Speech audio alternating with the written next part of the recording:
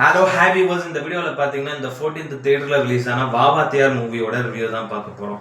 So இந்த படத்தில் வந்து பார்த்தீங்கன்னா கார்த்திக், கீர்த்தி ஷெட்டி, ராஜ்கிரண், சத்யராஜ், ஆனந்த்ராஜ் இவங்களாம் மெயின் லீட் பண்ணியிருக்காங்க. இந்த படத்துக்கு வந்து பார்த்தீங்கன்னா சந்தோஷ் நாராயணன் மியூசிக் பண்ணியிருக்காரு. டாக்டர் நலன் குமாரசாமி இந்த படத்தை டைரக்ட் பண்ணியிருக்காரு.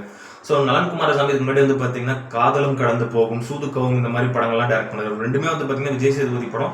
ரெண்டு வேற வேற ஜேனரில் இருக்கும். ரொம்ப வந்து லைக் அந்த ஒரு ஹியூமன் எமோஷன்ஸ், அந்த காமெடி ப்ளஸ் இதெல்லாம் வந்து ரொம்ப கலந்து ஒரு நீட்டான படம் எடுத்திருப்பாரு. அந்த ரெண்டு படம் எடுத்தோன்னே நலன் சாமிக்கு ஒரு பெரிய ஃபேன் பேஸ் இருந்தது அந்த டைம்ல, ஒரு 10 வருஷத்துக்கு முன்னாடி.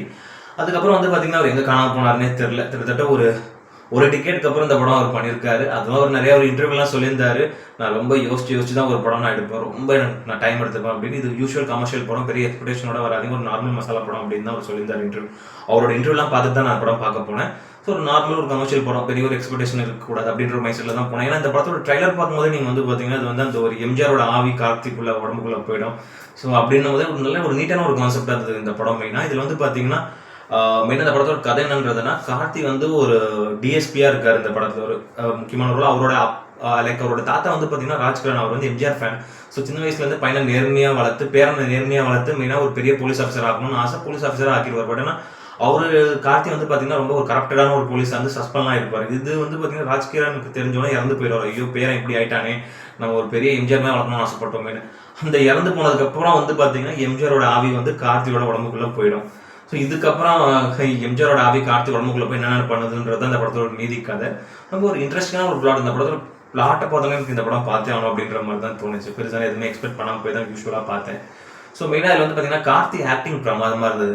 ஏன்னா வந்து பார்த்தீங்கன்னா அந்த ஒரு ஃபர்ஸ்ட் ஹாஃபை பொறுத்த வரைக்கும் வந்து பார்த்தீங்கன்னா அந்த ஒரு மாதிரி கரப்டடான ஒரு காப்பு, ரொம்ப ஒரு யூஸ்வலான ஒரு காப்பான ஒரு ரோல் தான். ரொம்ப ஸோ அந்த கேரக்டர் நல்லாவே நீட்டாக பண்ணியிருந்தார். அதுமாதிரி செகண்ட் ஹாஃப்ல வந்து பார்த்தீங்கன்னா அவருக்கு வந்து அந்த ஒரு எம்ஜிஆரோட பாடி லாங்குவேஜ் மேனரிசம்ல அவரோட எம்ஜிஆர் ஆவி உள்ளுக்குள்ளே போனோன்னே எப்படிலாம் அவர் பிஹேவ் பண்ணுறாருன்னு பார்க்கும் நல்லா இருந்தது. அவரோட பெர்ஃபார்மன்ஸ் அது அந்த லுக்கே அவர் நல்லா இருந்த போய் பார்க்க எம்ஜிஆர் மாதிரியே இருந்தது. அவருக்கு அந்த மேக்கப்லாம் போட்டு அதே மாதிரி எம்ஜிஆரோட பாடி லாங்குவேஜ், அவரை மாதிரியே டான்ஸ் ஆடுறது, அவரை மாதிரி ஃபைட் பண்ணுறது, அவரோட அந்த ஒரு பாடி லாங்குவேஜ் சூப்பராக ஃபாலோ பண்ணியிருக்காரு. நிறைய நோட் பண்ணி வந்து சூப்பராக இதுக்காக ப்ரிப்பேர் பண்ணி தான் கார்த்தி பண்ணியிருக்காரு. செம்மையாக அந்த அவரோட பெர்ஃபார்மன்ஸ், கார்த்தியோட பெர்ஃபார்மன்ஸ் ரொம்ப நல்லா நீட்டாகவே பண்ணியிருந்தார் இந்த படத்தில். அதே மாதிரி கீர்த்தி ஷெட்டி அவங்களும் இந்த படத்தில் ஒரு முக்கியமான ஒரு கேரக்டர் ரோல் பண்ணியிருக்காங்க. இந்த ஒரு ஹீலிங் தெரபிஸ்டாக ஒரு ரோல்.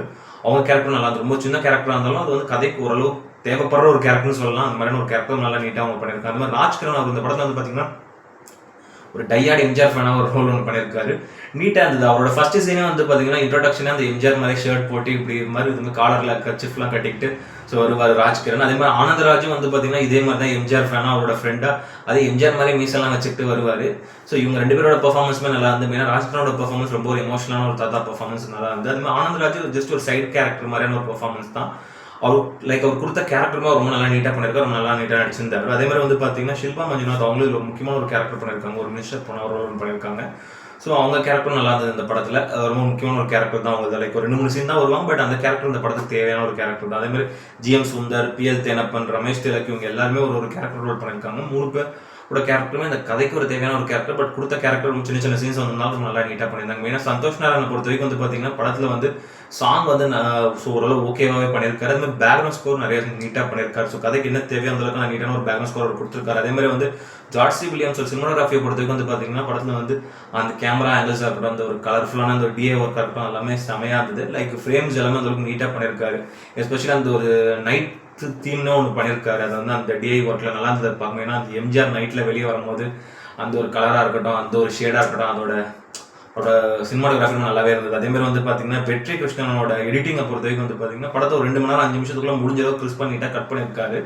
ஸோ எனக்கு அந்த 2 மணி நேரம் 5 நிமிஷத்துக்குள்ளேயே ஒரு சில இடங்களில் படம் லேக் தெரிஞ்சாலும் பட் முடிஞ்ச அளவுக்கு அவரோட எடிட்டிங், அவரோட கட்ஸ் எல்லாமே ரொம்ப நல்லா இருந்தது இந்த படத்தில். அதே மாதிரி டேரக்டர் நலன் குமாரசாமி அவர் கிட்டத்தட்ட ஒரு டிக்கெட்டுக்கு அப்புறம் திரும்பி வராரு. அப்போ அந்த டைமில் ஒரு பெரிய டேரக்டராக நிறைய ஃபேன் பேஸ் வச்சிருந்த ஒரு டேரக்டர், ஒரு 2 படத்துலேயே விஜய் சேதுபதி வச்சு எடுத்து ஒரு பெரிய ஃபேன் பேஸ் வச்சிருந்த ஒரு டேரக்டர்.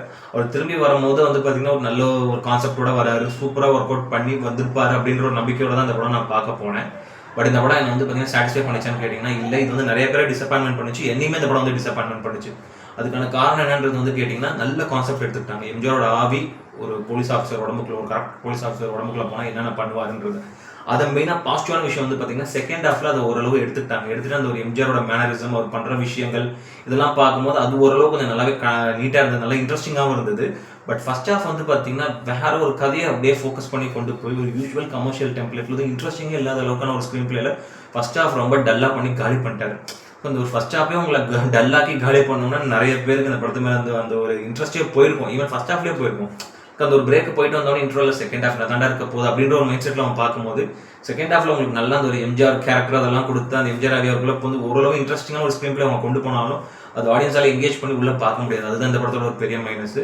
ஸோ முடிஞ்ச அளவுக்கு செகண்ட் ஹாஃப் ஓரளவு தேத்த பார்த்து அந்த டுவர்ட்ஸ் அந்த ஒரு கிளைமேக்ஸ்லாம் அந்த சீன்ஸ்லாம் நல்லா நீட்டாகவே ஸோ கொண்டு வந்திருக்காரு டேரக்டர் நலன் குமாரசாமி மேக்கிங்கை பொறுத்தவரைக்கும். அதே மாதிரி நிறைய ஸ்டன் சீன்ஸ் எல்லாமே இல்லை சூப்பராக இருந்தது. அப்படியே அந்த ஒரு எம்ஜிஆர் ஸ்டைல்லே ஸோ பால் வீசுறது ஃபைட் பண்ணுறது அதெல்லாம் வந்து உண்மையில அந்த எம்ஜிஆரோட அந்த பழைய படங்களில் ஒரு ஸ்டென்ட்லாம் ஃபாலோ பண்ணி தான் பண்ணியிருக்காங்க. அதுக்கு ஒரு ஸ்டென்ட்டுக்கே ஒரு பெரிய பாராட்டு. அது நல்லா இருந்தது. அதை தவிர வந்து பார்த்தீங்கன்னா செகண்ட் ஹாஃப் ஓரளவு மூவ் பண்ண ட்ரை பண்ணி படத்தை கிளைமேக்ஸில் வந்து நல்லா முடிச்சிருக்காரு. ஃபர்ஸ்ட் ஹாஃப் இன்னும் கொஞ்சம் நல்லா பெட்டராக பண்ணியிருந்தாலே இந்த படம் வந்து ஒரு நல்ல படமாக வந்திருக்குமோ அப்படின்னு தான் எனக்கு தோணுது. அந்த ஃபர்ஸ்ட் ஹாஃப் சொதப்பினது தான் இந்த படம் ஒரு பெரிய மைனஸாக அதுக்கு ஒரு காரணம் நான் சொல்லுவேன். லைக் அதுக்குன்னு ரொம்ப பார்க்க முடியாத அளவுக்கான ஒரு முக்கியமான ஒரு படம்னு சொல்ல முடியாது. ஸோ ஓரளவு ஒரு பில் ஆவரேஜான ஒரு படம். இந்த மாதிரியான ஒரு ஃபெஸ்டிவல் டைமில் சும்மா தேட்டரில் போய் உட்காந்து ஒரு 1 டைம் பார்க்கலாம்னா அந்த அளவுக்கான ஒரு பில் ஆவரேஜான ஒரு படம் தான் இது. ஸோ கார்த்திக் வந்து நல்ல நல்ல ஸ்கிரிப்டாக தான் எப்பவுமே சூஸ் பண்ணுவார். அவர் சூஸ் பண்ணுற படங்கள்லாம் இந்த படம் வந்து பார்த்தீங்கன்னா ஸ்கிரிப்ட் வைஸ் இது நல்ல படம். பட் உள்ள வந்து எப்படி இது வந்து ஆன் பேப்பரில் இது போயிட்டு மூவ் பண்ணி அவர் எடுத்திருக்காருன்னு தெரியல. அதுதான் வந்து ஒரு பெரிய மைனஸாக நான் பார்த்தீங்கன்னா ஃபர்ஸ்ட் ஹாஃப் வந்து பெருசாக படம் செல்ஃபே எடுக்காமல் ரொம்ப டல் மூமெண்ட்ஸில் ஃபர்ஸ்ட் ஹாஃப் போனது தான் இந்த படத்தோட பெரிய மைனஸாக நான் பார்த்தேன். ஸோ முடிஞ்ச அளவுக்கு வந்து கார்த்தி அவரோட பெர்ஃபார்மன்ஸ் பிரமாதமாக கொடுத்துருக்காரு. அந்த ஒரு எம்ஜிஆர் கேரக்டராகவே வந்திருக்காரு. ஸ்டண்ட்டாக இருக்கட்டும், பாடி லாங்குவேஜாக இருக்கட்டும், ஆக்டிங்காக இருக்கட்டும், டைலாக் டெலிவரி ஆகட்டும், எல்லாமே அந்த எம்ஜிஆராகவே பண்ணியிருக்காரு. அது இந்த படத்துக்கு ஒரு பெரிய பாசிட்டிவ்னு சொல்லுவேன். மெயினாக இந்த மாதிரியான ஒரு எம்ஜிஆர் ஃபேன்ஸ் இவங்களுக்குலாம் இந்த படம் கண்டிப்பாக பிடிக்கும். தியேட்டரில் போனால் லைக் நம்ம எம்ஜிஆரே திரும்பி கார்த்தி ரூபத்தில் வந்துட்டாரு அப்படின்னு எல்லாரும் என்ஜாய் பண்ணுவாங்க. ஒரு காமன் ஆடியன்ஸாக பார்த்தீங்கன்னா ரொம்ப ஒரு பிலோ ஆவரேஜான ஒரு படம் தான் அது. இந்த படத்துக்கு ஒரு ரேட்டிங் வந்து பார்த்தீங்கன்னா 10க்கு வந்து ஒரு 5.5 கொடுப்பேன். அதுக்கு ஒரு ஒருத்தான ஒரு 1 டைம் ரீசன் வாட்சது.